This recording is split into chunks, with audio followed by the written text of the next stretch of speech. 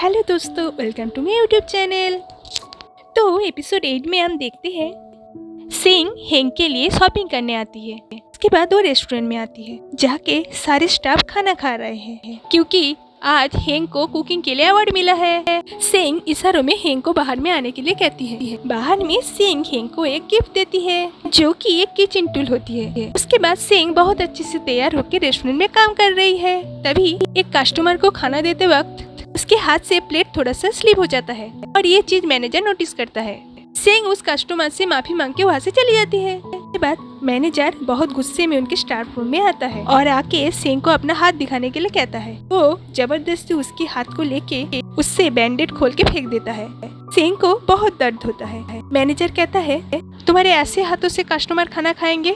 तो सभी लोग उनको देखने लगते हैं। मैनेजर गुस्से में सबको वहाँ से चले जाने के लिए कहता है। हेंग को छोड़ के सभी चले जाते हैं। काम खत्म होने के बाद सभी लोग रेस्टोरेंट से चले जाते हैं, लेकिन हेंग सिंह के लिए बाहर में वेट करता है। बहुत देर वेट करने के बाद हेंग रेस्टोरेंट के अंदर जाता है और सिंह को ढूंढने लगता है, लेकिन सिंह वहाँ पे नहीं होती है क्योंकि सिंह तो मैनेजर के साथ डिनर कर रही है। डिनर के बाद मैनेजर सिंह को उसके अपार्टमेंट तक छोड़ने आता है और हेंग ये सब देख लेता है।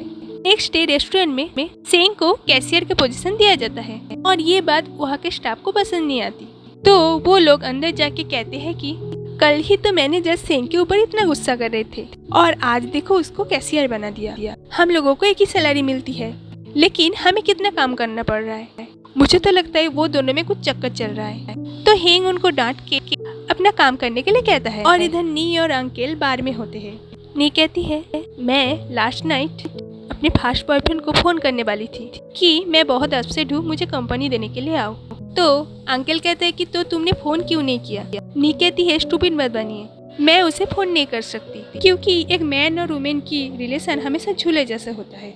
जब मैं नीचे जाऊंगी वो ऊपर जाएगा और जब वो नीचे आएगा तो मैं ऊपर जाऊंगी। तो अंकल पूछता है कि क्या तुम्हें अभी भी नाइटमेयर आता है? तो नी कहती है, यह पे मूव होने के बाद मुझे हर रात नाइटमेयर आता है। तो अंकल उसे अपने नाइटमेयर के बारे में पूछता है। तो नी कहती है कि मेरे सपनों में मैं पानी में गिर गई हूँ जो बहुत ज्यादा डीप है। उस पानी में एक लड़की है जिसकी आंखें बिल्कुल एनिमल की जैसी है, जो मुझे कॉन्टिन्यूसली घूरे जा रहे हैं, बहुत डरावनी है। तभी उसके फास्ट बॉयफ्रेंड का कॉल आ जाता है और इधर अंकल वॉशरूम में चले जाते हैं और वॉशरूम में जाके अंकल बहुत ज्यादा रोने लगता है। वॉशरूम से निकल के अंकल देखता है कि नी चली गई है और इधर मैनेजर स्टाफ के चेंजिंग रूम में आके सिंह से कहता है कि मुझे तुम्हारे साथ आज की बिल्स की चेक करना है। उसके बाद सिंह वहाँ से जाने लगती है। तभी वो वापस आती है अपने फोन लेने के लिए। तभी वो सुनती है कि बाकी लोग उसके बारे में गॉसिप कर रही है। एक स्टाफ कहती है कि क्या उसको पता नहीं है कि मैनेजर की एक फैमिली है? कितनी सेमलेस लड़की है। इधर मैनेजर के साथ भी घूम रहे, उधर हेंग के साथ भी घूम रही है। बाहर से सिंह सब कुछ सुन लेती है और चली जाती है। काम खत्म करने के बाद वो और हेंग एक साथ बस स्टॉपेज तक जाते हैं। हेंग उससे कहता है कि मैं तुम्हारे लिए लास्ट नाइट रेस्टोरेंट के बाहर वेट कर रहा था। तो सिंह कहती है, मुझे मैनेजर ने कल घर पहुंचा दिया था। हेंग कहता है, क्या तुम्हें पता नहीं है कि बाकी लोग तुम्हारे बारे में गॉसिप कर रहा है? मुझे प्लीज बताओ कि क्या चल रहा है। सिंह कहती है, क्या मतलब? तभी सिंह की बात आ जाती है। वो जाने लगती है तो हेंग उसका हाथ पकड़ लेता है। सिंह कहती है, अगर मैं कहूँ कि कुछ नहीं है तो क्या तुम मुझे बिलीव करोगे? हेंग हाँ कहता है। सिंह उसका हाथ छुड़ा के बस से चली जाती है। सिंह अपार्टमेंट के बाहर होती है, तभी देखती है कि नी शराब के नशे में उनके अपार्टमेंट में आई है क्योंकि नी शराब के नशे में भूल गई है कि वो इस अपार्टमेंट से चली गई है। उसको देख के सभी लोग बहुत शॉक हो जाते हैं। वो वहाँ पे जाके अनाप शनाप बोलने लगती है। बोलते बोलते वो गिरने वाली होती है। तभी चेन आके उसको पकड़ लेती है। वो चेन को लेके जमीन में गिर जाती है और चेन को कहती है कि तुम उस बैड बॉय से डेटिंग करना बंद कर दो। मैं तुम्हारे लिए बहुत ज्यादा वरीड रहती हूँ क्योंकि मुझे लगता है कि तुम अगर उसके साथ रहोगी तो हर्ट हो जाओगी। चेन उसको साइड करके उड़ जाती है। नी कहती है, चेन तुम बहुत अच्छी लड़की हो और मैं बहुत बुरी लड़की हूँ, तो तुम उस बैड बॉय से क्यों डेट कर रहे हो? तुम बहुत ज्यादा स्टूपिड हो। और ये कह के वो वहीं पे ही सो जाती है। चेन वहाँ से अपने रूम में चली जाती है और बाकी लोग नी को उसके पुराने रूम में लेटा देती है।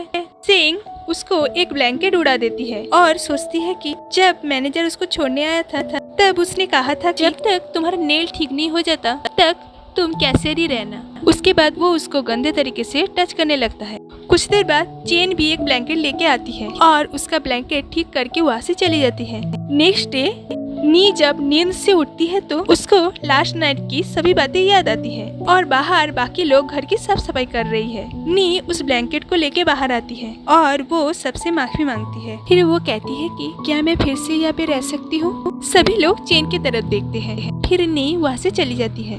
उसके बाद वो लोग फिर से एक लड़की से इंटरव्यू लेती है। वो लड़की बिल्कुल वैसी है जैसी वो लोग चाहते थे। उस लड़की के जाने के बाद हान कहती है मुझे ये लड़की इतना पसंद नहीं आई क्योंकि ये लड़की बहुत ज्यादा सिंपल और बोरिंग है। मुझे इसको देख के कोई फीलिंग ही नहीं आया। फिर हान कहती है चेन क्या तुम फिर से नी को यहाँ पे रहने के लिए अलाउ करोगी। ये सुन के चेन सोने के लिए चली जाती। फिर वो लोग ग्रुप चैट में बात करते हैं। सभी लोग नी को वापस आने के लिए कहती है। हान कहती है नी कितने दिन हो गए तुम हमें कबाब नहीं खिलाई। तो नी कहती है तो खुद से खरीद लो। हान कहती है हमारा वाला तुम्हारा बाई किया हुआ कबाब जैसा डिलीशियस नहीं होता। नी मैं कबाब खाना चाहता हूँ, प्लीज वापस आ जाओ। लीन कहती है नी प्लीज वापस आ जाओ, नहीं तो मैं यहाँ से चली जाऊंगी। सेंग भी उसे आने के लिए कहती है और चेन कहती है नी सभी तुम्हें आने के लिए कह रही है, अगर तुम नहीं आओगी तो मैं तुम्हें मार डालूंगी। नी सबको थैंक यू कहती है और सभी लोग बहुत खुश होते हैं।